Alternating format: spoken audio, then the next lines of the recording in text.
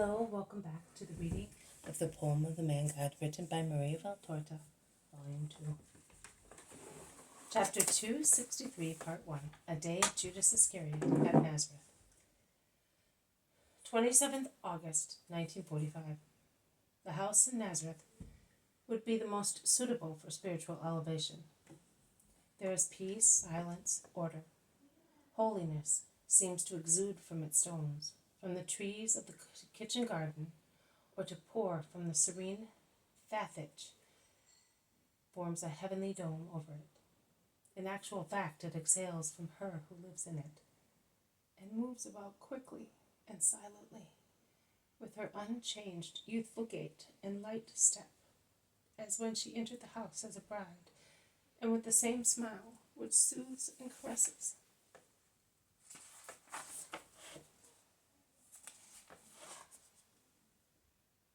The sun, in this early morning hour, is shining on the right-hand side of the house, the one close to the first undulation of the hill, and only the tops of trees benefit from it. First of all, the olive trees, planted near the terrace, to retain the earth by means of their roots. They are the surviving olive trees of Joachim's olive grove. Huge, contorted trees with their thicker branches rising towards the sky, as if they were invoking its blessing, or were praying also from that peaceful place.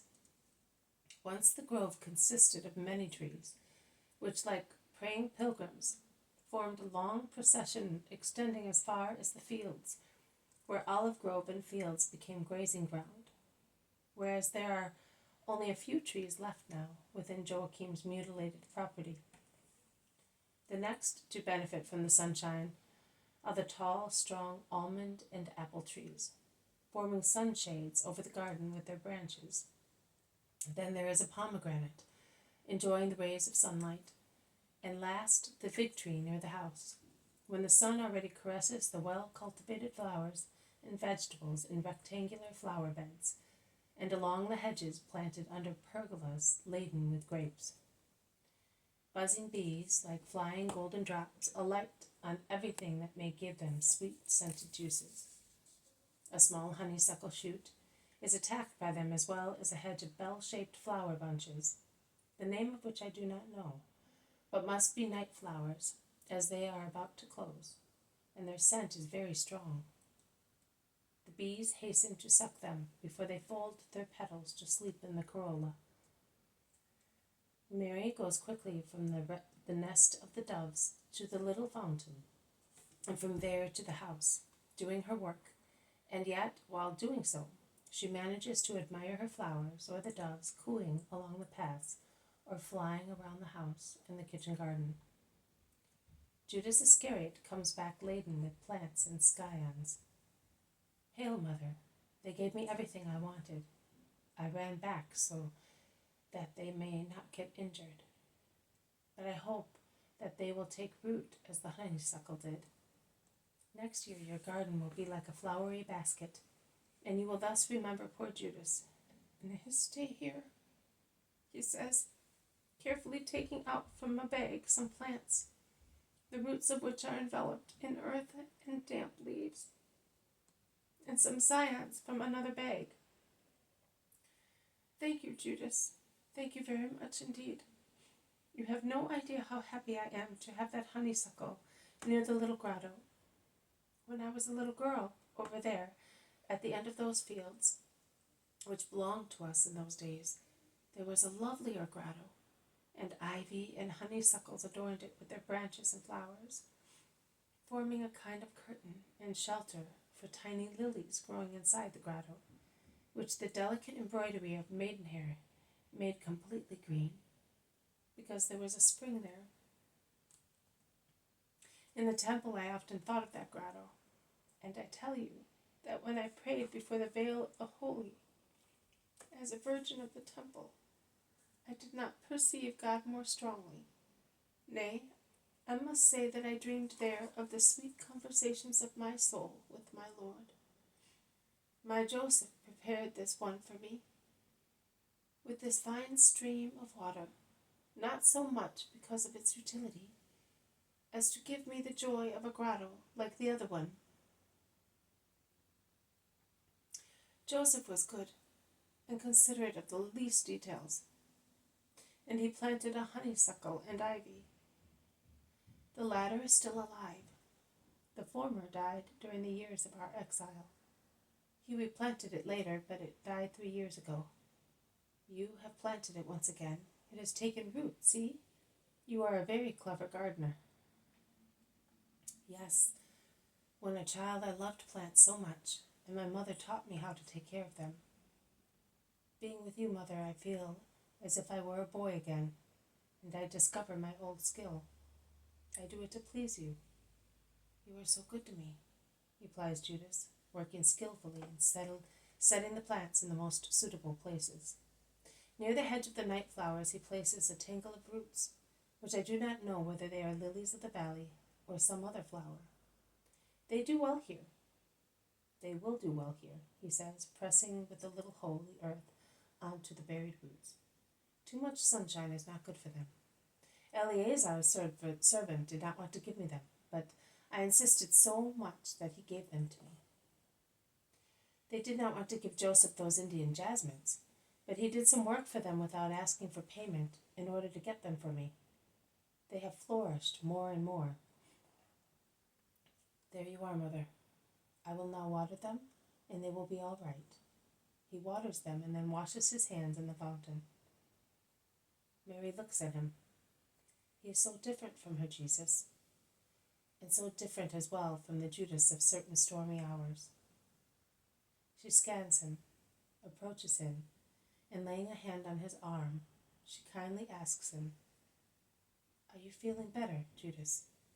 In your soul, I mean? Oh, Mother, so much better. I am in peace, and you can see it. I find pleasure and salvation in humble things and in being with you. I should never leave this place, this quietude. Here, how far is the world from this house? And Judas looks at the garden, the plants, the little house. He concludes, But if I stayed here, I would never be an apostle, and I want to be one. However, believe me, it would be better for you to be a just soul rather than an unjust apostle. If you feel that contact with the world upsets you, if you realize that the praises and honors of an apostle hurt you, give it up, Judas. It is better for you to be a simple believer in my Jesus, but a holy believer, rather than a sinful apostle. Judas lowers his head pensively. Mary leaves him to his meditation and goes into the house, to her housework. Judas remains still for some time, then walks up and down under the pergola. His arms are folded, his head is lowered. He is engrossed in thought. Then he begins to speak and gesticulate to himself. His monologue is incomprehensible. His gestures are typical of a person anguished with clashing ideas. He seems to be invoking and rejecting, or pitying or cursing something. His inquisitive countenance becomes frightened, anguished, until his face has the expression of his worst moments, and he stops abruptly in the middle of the path, remaining still for some time with a real diabolic countenance. He covers his face with his hands and runs up the hillock of the olive trees away from Mary's sight, and he weeps, hiding his face in his hands until he calms down and remains sat, leaning with his back against an olive tree, as if he were bewildered. It is no longer morning, but the end of a glorious sunset. Nazareth opens the doors of its houses, which have been closed all day against the fierce summer heat of an eastern sky. Women, men, children come out into the kitchen gardens or onto the roads, still warm, but no longer sunny, seeking cool air at the fountain, or playing or talking, waiting for supper.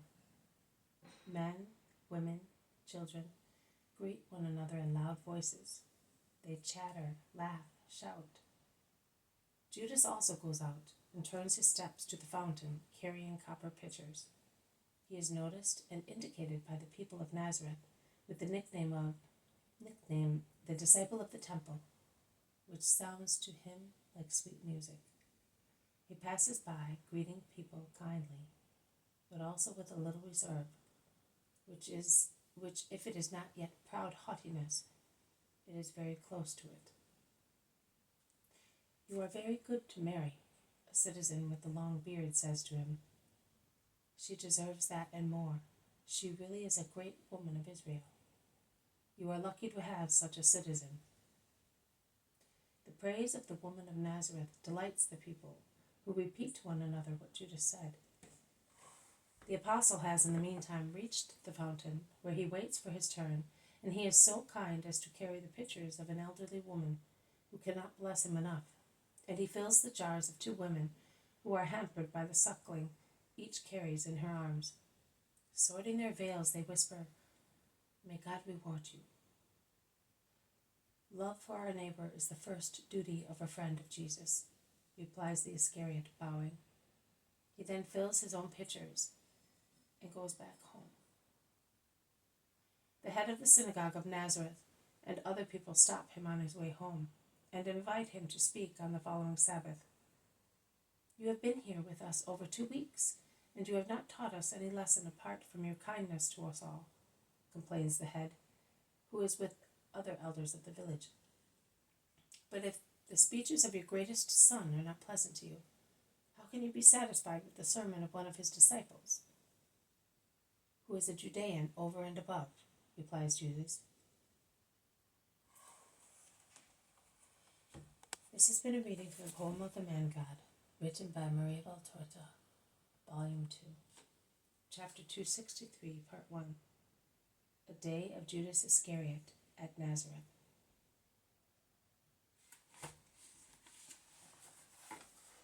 This has been a reading from the poem of the Man God, written by Maria Valtorta, Volume 2, Chapter 263, Part 1, A Day of Judas Iscariot at Nazareth. Thank you for listening. I will see you tomorrow. May God bless you, and may peace be with you.